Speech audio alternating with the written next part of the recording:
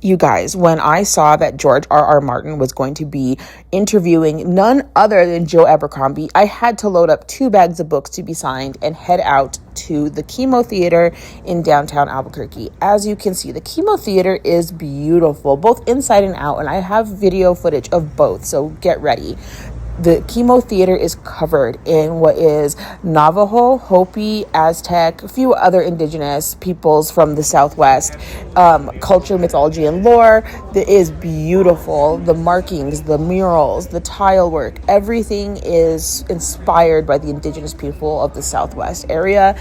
And we have a very rich culture of indigenous peoples here in New Mexico. And it is beautiful. This is us standing in line to get in. We got there right when the doors opened at 5, so we were absolutely able to get in really quickly and find a seat.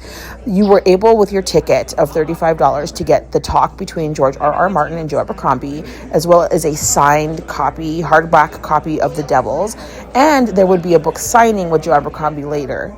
Each ticket holder could have him sign as many copies of The Devils as they had, as well as 3 non-Devils books. So we went into the auditorium. We were in the 3rd row, y'all. 3rd row. I could practically touch them.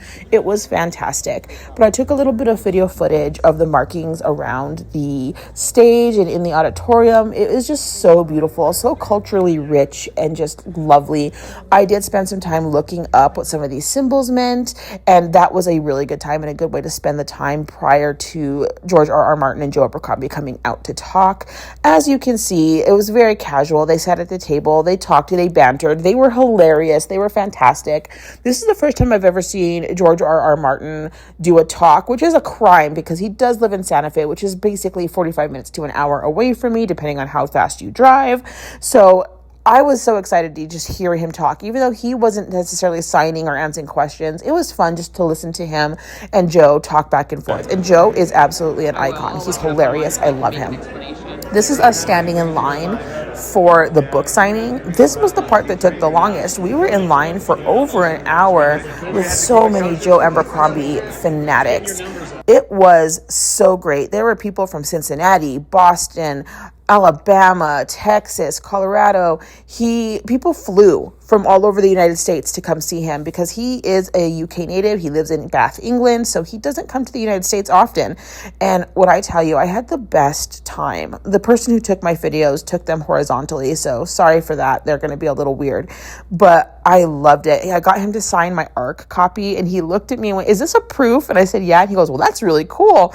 And he signed my ARC copy. He signed my trilogy of The First Law, and oh my God, you guys, he was just the nicest man. I enjoyed him so much.